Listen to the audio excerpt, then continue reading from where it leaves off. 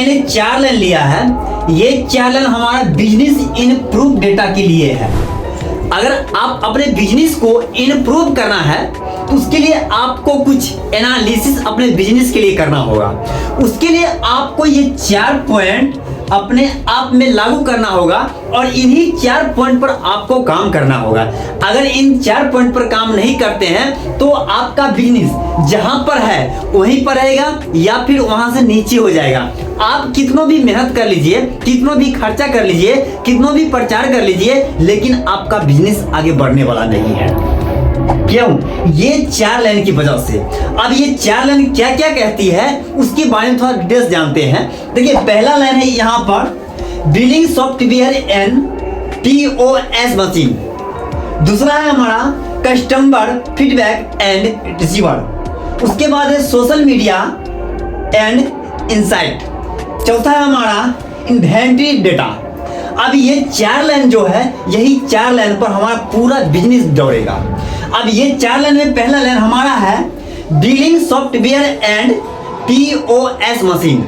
आप देखिए, billing software जो होता है, बड़े बड़े कंपनियां जो होता है, बड़े बड़े कंपनियों के लिए एक बिलिंग सॉफ्टवेयर अपने आप को बनाया रहता है। सिर्फ वो कंपनी इस्तेमाल कर सकता है, बाकी कोई कंपनी इस्तेमाल उसका नहीं कर सकता है, सिर्फ अपने लिए बना रहता है। दूसरा POS मशीन जो होता है, जो आप राशन दुकान में दिखते हैं, जो मशीन आधार कार्ड एंट्री करता है और वहां से आपको राशन मिल जाता है, वैसा ही PS मशीन होता है जिसके जरिए आप उसमें लिस्टिंग कर सकते हैं। इससे आपको क्या होगा, आपको पता ये चलेगा कि हमारे एक हफ्ता में या फिर एक महीने में हमारा बिजनेस कितना ऊपर तक गया, कितने नीचे तक गया, क्या क्या प्रोडक्ट बिका और कितना प्रोडक्ट बिका, उसका यहाँ पर एनालिसिस दिखेगा। जिससे आपको देखते हैं कभी कभी मॉल वाले ने या फिर कभी कंपनी वाले ने कोई फंक्शन वगैरह पर या हफ्ते में एक दिन यानी कि मंडे के मंडे ऑफर दे देता है जिससे ज्यादा सेल हो। क्यों दे देता है? तो वो यहीं से एनालिसिस करता है। तो सबसे पहले आपको ये बिलिंग सॉफ्टवेयर एंड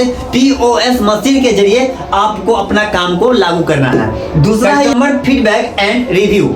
आप देखिए, इससे आपको ये पता चलेगा कि कस्टमर को क्या क्या पसंद आता है, कस्टमर ने क्या पसंद करता है। आप जब तक ये कस्टमर फीडबैक चेक नहीं करेंगे तब तक आपको पता नहीं चलेगा कि कस्टमर को क्या चाहिए। वहां से इसकी पसंद के लिए आपको कस्टमर फीडबैक आपको करना पड़ेगा। तीसरा हमारा है सोशल मीडिया एंड इनसाइट। आप देखिए, सोशल मीडिया जैसे कि फेसबुक, इंस्टाग्राम पर आपको जाना होगा, उसमें किसका सबसे ज्यादा व्यू आता है, उसमें आपको यह पता चल जाएगा कि कौन सा प्रोडक्ट ज्यादा बिक रहा है। इसकी एनालिसिस आप अगर करते हैं तो आपके बिजनेस के लिए ज्यादा फायदेमंद होगा। चौथा हमारा है इन्वेंटरी डेटा। अगर आप जितने भी काम किए हैं उन सबकी डाटा आपको यहाँ पर अवेलेबल रहेगा। यानी कि आप हफ्ते में रहे, एक दिन में रहे, 1 घंटा में या फिर 1 मिनट में, जो भी आप सेल कर रहे हैं उसका एंट्री आपको इस लाइन में करना होगा। ये 4 लाइन आप अपने अंदर लागू करना होगा, पूरे बिजनेस में लागू करना होगा। अब एक बात और आती है जिसके लिए आप एक ग्राफ तैयार करते हैं। ग्राफ के जरिए बता रहे हैं। ग्राफ से पहले आपको एक लिस्ट जारी कर दिए हैं, इस पर आप एक ग्राफ तैयार कर सकते हैं। देखिए, यहाँ पर मंथ है, यहाँ मंथ यूनिट है, उसका प्रोडक्ट डिमांड है, उसके बाद है सेल टाइमिंग है। इसके बाद देखिए जनवरी, फरवरी, मार्च, अप्रैल, मई। मैंने यहाँ पर 5 महीने का एनालिसिस कर रहे हैं। 5 महीने में देखिए यूनिट, जनवरी का यूनिट क्या है, 820 है, फरवरी का 760 है, मार्च का 940 है, अप्रैल का 710 है और मई का 880 है। उसके बाद यहाँ पर प्रोडक्ट डिमांड, आप देखिए पहला जनवरी में इसका डिमांड जो है आपके 7 है, फरवरी में 6 है, मार्च में 8 है, अप्रैल में 5 है और मई में 7 है। इसके बाद है यहाँ पर हाई सेल टाइमिंग। आप देखिए सबसे हाई सेल टाइमिंग कौन सा है। आप देखिए यहाँ पर जनवरी में यहाँ आपको सेलिंग का टाइमिंग थोड़ा सा मीडियम है।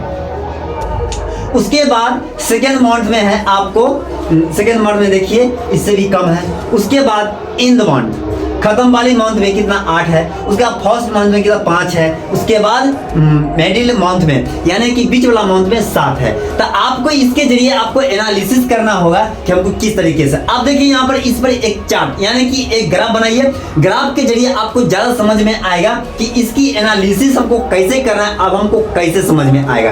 तो उसके लिए हम एक ग्राफ तैयार करते हैं। यहाँ पर हम एक ग्राफ के जरिए बताने की कोशिश करते हैं और आप समझने की कोशिश कीजिएगा। सबसे पहले क्या है कि जनवरी का ग्राफ देखिए, फरवरी का, मार्च का, अप्रैल का और यहाँ मई का।